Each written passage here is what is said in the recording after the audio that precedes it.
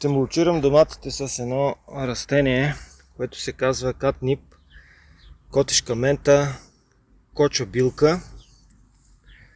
Току-що смлях известно количество от него. Смлях два храста. Ето това е единия, който вече го няма, но то ще избие отново. И ето тук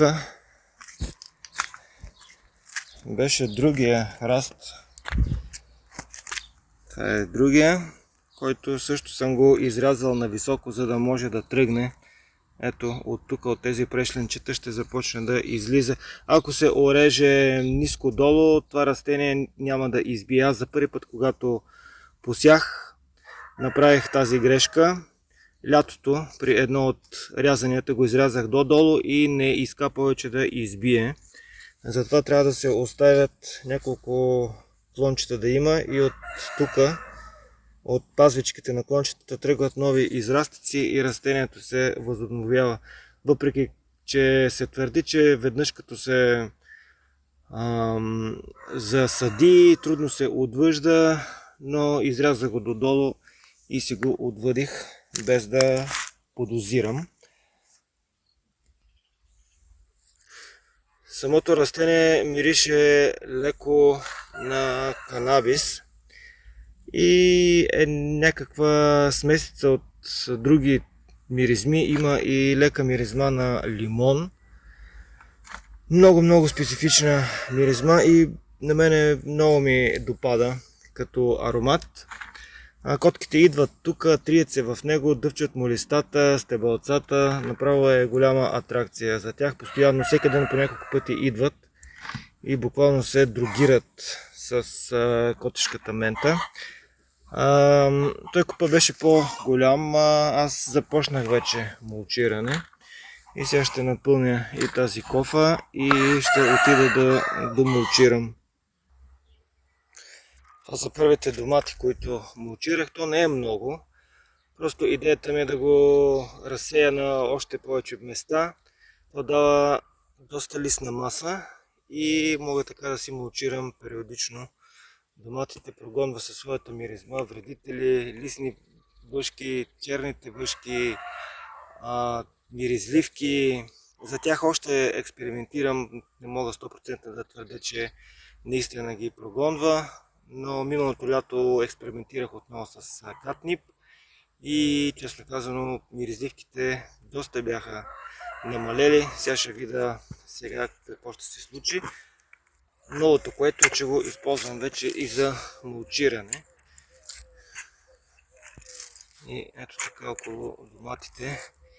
И като зелено наторяване мога да го ползвам като мулч. По този начин. Тази кофа и може би ще имам материал за още една кофа. Ето как съм мулчирал около тях. Ето така около корените. Но много хубаво мирише. Просто това растение е уникално. Ето по този начин. Хем ги подхранвам, хем ги предпазвам. Какво представлява самия катнип? Това е единия храст, който съм оставил. Искам да цъфне. Аз имам 3 различни вида, но няма да ги оставям да цъфтат. Освен този, имам едни, които цъфтат в синьо, едни в розово-червено и едни в бяло, такъв бледо бяло. Стават много високи. Това е някъде към 1,70 високо. Закрива даже малко крушата. Но този специално ще го оставя. Ето, това са му цветчетата. Не съм експериментирал да му оставя цветовете да прецъфтат и да хвърлят семе, защото може да се разсее и тогава да се превърне в плевел. Истинска напас. Все пак трябва да се съобразя с това, че каза, че е агресивно растение. Аз не съм забелязал до сега, но Не съм го оставил да си хвърли семето. Вероятно чрез семе е по-агресивно, чрез корене не е агресивно. Тук, както съм го оставил, така си стои. Това растение е засято не миналото лято, по миналото лято е тук на това място, 2 лета вече кара и без да се е разпространило чрез корените си. Но наистина е много голям храст и дава много голяма листна маса. Ето това представлява котешката мента, кочета билка, когато цъфне. Тази специално цъфти в бяло, мръсно-бели цветове и има много силен аромат, който се усеща от на няколко метра от нея. Може да се усети аромата и не само при докосване, а просто както е разцъфнала сега, много силен аромат има.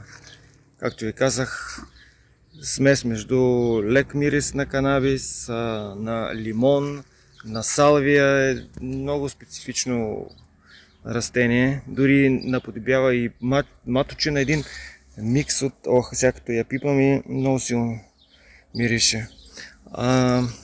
При нея ще я оставя да прецъфти още малко, след което тази също ще бъде изрязана, смляна с машината и така направения мулч ще го използвам отново да мулчирам доматите.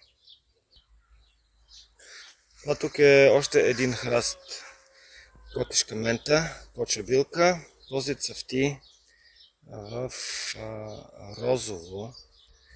Да видя дали мога да намеря цветчетата да се видят. Имам и трети, който цъфти пък в синьо. 3 различни са и тази още не е започнала да цъфти. Храстчето е малко по-малко, но това е наистина едно уникално растение.